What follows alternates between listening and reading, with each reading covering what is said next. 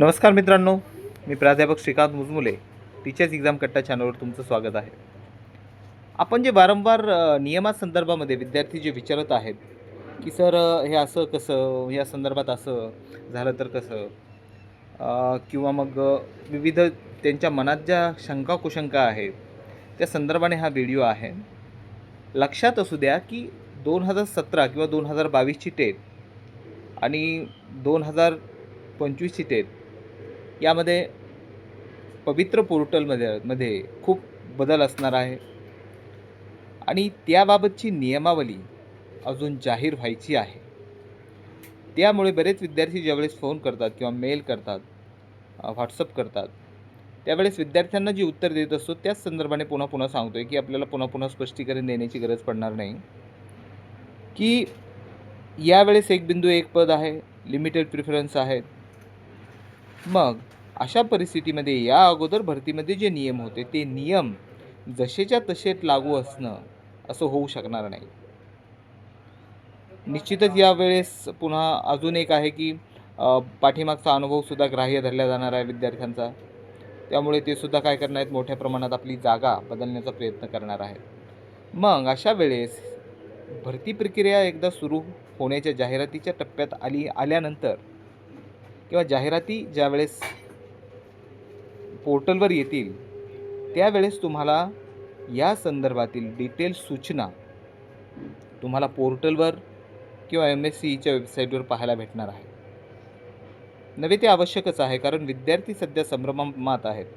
पहिल्यांदाच ज्यांनी टेट दिलेली आहे अशा विद्यार्थ्याचा तर खूपच सारा गोंधळ असतो. त्या बाबतीत पहिल्यांदाच एक्झाम दिलेल्या विद्यार्थ्यांनी एक गोष्ट मात्र विद्यार्थ्यांना वारंवार सांगतो, की तुमचा मोबाईल नंबर आणि तुमचा ईमेल ID रिकवर करून ठेवा. रिकवर करून ठेवा म्हणजे काय, की मोबाईल नंबर जर तुम्ही चेंज केला असेल, विशेषतः मेल कॅन्डिडेट जे आहेत ते वारंवार आपला मोबाईल नंबर वगैरे बदलत असतात आणि नव्या पिढीची जी नवी पिढी आहे ती तर काय करत असते, वारंवार आपले मोबाईल क्रमांक वगैरे बदलत असते आणि मोबाईलसोबतच आपला ईमेल IDसुद्धा प्रत्येक वेळेस जवळपास क्रिएट केलेला असतो. आणि मोबाईलची आणि तुमच्या ईमेल IDची खूप महत्त्वाची भूमिका या भरतीमध्ये आहे.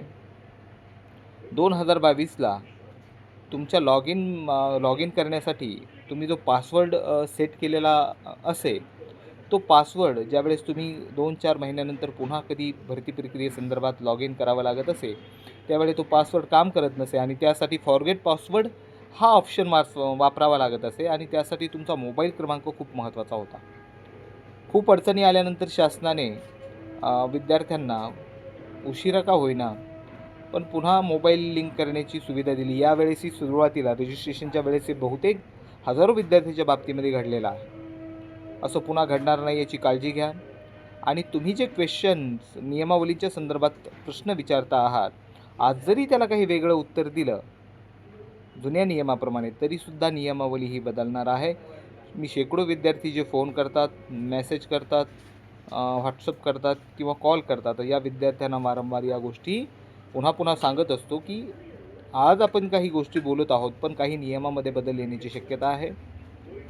आणि सायन्सच्या विद्यार्थ्यांचा अजून एक प्रॉब्लेम असतो नेहमीच, की सर माझं मग बायोलॉजी झालेलं आहे, मग सेकंड पेपरला माझं मॅथ पण गृहीत धरलं, माझे दोन्ही पेपर झालेले आहेत.